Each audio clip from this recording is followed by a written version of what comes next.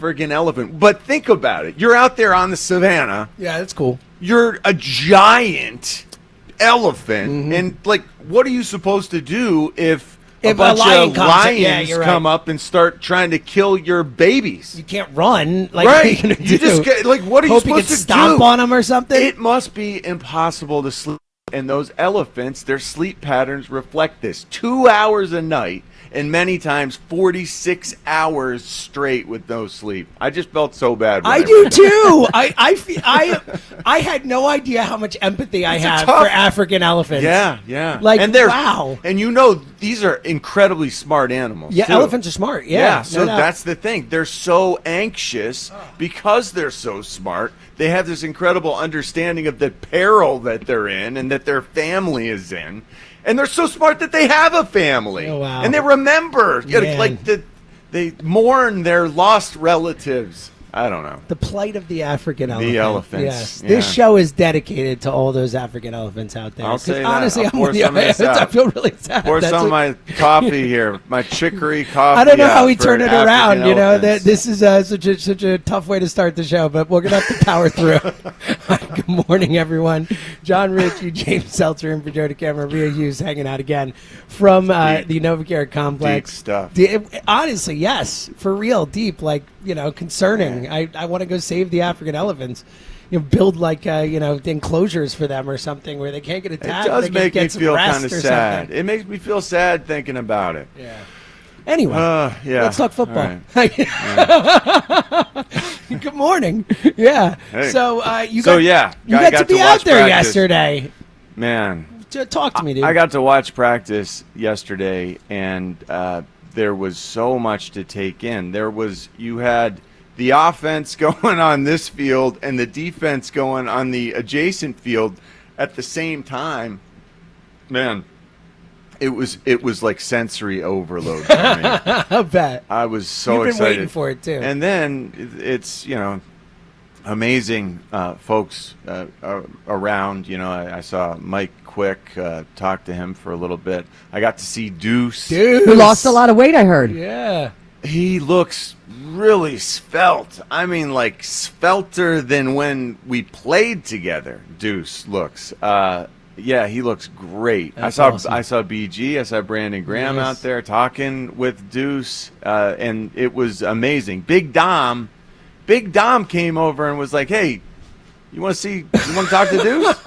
and I said, "Absolutely, Big Dom. That would be awesome." And he said, "Come on. Let's go." That's awesome. And I'm kind of looking around. Now, I've been reprimanded for the picture taking, like a couple times this year. I know. I was told that I needed to get away from where I was. Like I tried to walk around the field on the far side earlier in camp. So I do feel as though I am, I don't know, frowned upon. You've got a scarlet letter on you or something? Like I'm sort of on top secret probation. They're watching you. Is your circle got eyes on you at all times? A little bit. I made sure. Or is that Jon Ritchie again? I made sure that I went and got my tag yesterday to be official, because there were times that I didn't know that I was supposed to have a tag. So I do think I'm trying to repair my image in the eyes of the guards. Well, it seems good. I mean, Dom's coming up to you and leading you around the field. And but that's a good the sign. thing. Like Dom is being nice. So that's it was this massive, huge conflux of feelings all at once. Like I'm afraid, but I'm also enthralled, and I'm also like invigorated. And now I get to walk out on the field where the guys are practicing for the first time since I played. I'm on the practice field while the guys are out there, and I'm looking around like, this can't be real. This can't be real. Someone's going to come up and say, "Sir, you got to get back. You got to," and say, "Big Dom, come on, man. You know he can't come out here." But that didn't happen, and so I just get to walk with Big Dom, and we get out to where Deuce is. And Deuce is talking to BG, and I felt a little bit bad because they're having a conversation, and I interrupt, and Big Dom is taking pictures of us and stuff, and it's and Deuce himself is kind of like dude, you know, like there's practice going on. I can see it in Deuce's face. Like I'm hugging him and stuff, but then I can see he's looking back to where his players are and where practice is happening. And I kind of know that my time out there on the practice field, I'm no longer welcome as much as I was, and so but see you, Deuce. It's great seeing you. Thank you, Big Dom. I can't believe, Big Dom, how kind you are. It's really kind, and what an awesome what gesture. I can't believe, and it tickles me, is the joy that you get. You're like, I was on the practice field. I'm like, you played in the NFL. And you're like, he's so geeked up. He's like a kid if they get taken out of the practice. I can't believe it. I was in the middle of the field. I love it. I know, but it's so it is so fun for me to watch what's going on while it's happening. And yesterday there are a few things I took away. Yeah, let's dive in. It was, Cooper DeJean is our safety. Cooper DeJean in base. So comfortable in base as safety. I can't imagine they don't consider that, really strongly consider that for the regular season. And then, you move them to the nickel when the offense that you're facing goes 3 wide receivers. When the offense you're going against goes to zebra, or that personnel group that has 1 back, 3 wide receivers, 1 tight end, then you go Cooper. Cooper, head up and cover the nickel guy. The rest of the time, you and Reed Blankenship are going to be our safeties. How hard is that? It looks good. We hear so much about putting so much on a young player. He's those fine. Those two positions, like the obligations He's so and all. Smart. Yeah, he's so smart with all of it. It's just like breathing for him, and this is something that I'm sure he's played, throughout his college experience career and coming stuff. up through. He is so interchangeable in terms of his skill set and the position experience that he has accrued over the seasons. He's a plug-and-play guy. Just, again, so incredible. He and Jalen Carter were the reason for our success last year.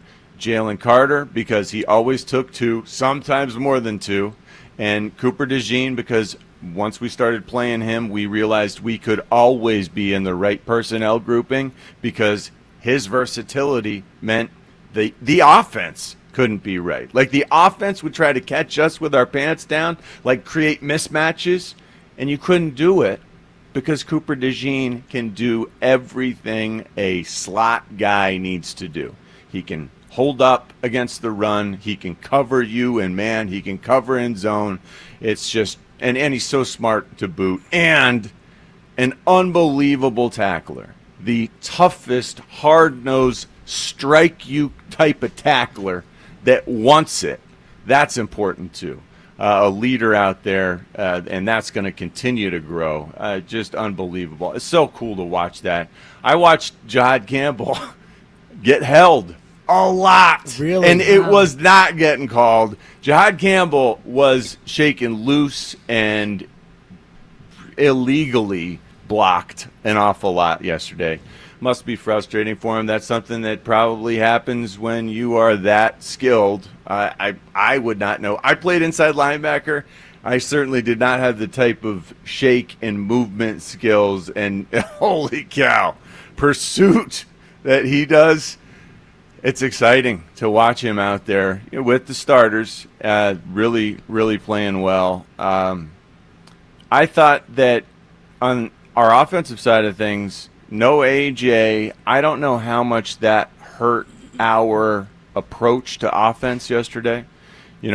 Feels like they've always been just such a different offense when he's not in there. Yeah, it sort of happened in the joint practice. And I don't know if I'm assuming AJ probably won't be able to go today, but who knows? They're just being cautious. They are being which I'm fine cautious. with, And I don't AJ mind doesn't that. need the practice. No, he's pretty good. I felt like Jalen had a bad day yesterday. I don't know how much of that had to do with no AJ. I don't know how much of that had to do with offensive line that was shuffled a little bit. Yeah, no Landon, obviously. Miles No Garrett. Landon Dickerson, and there was some other rotation too. It wasn't Guys in and always out. Lane Johnson at times.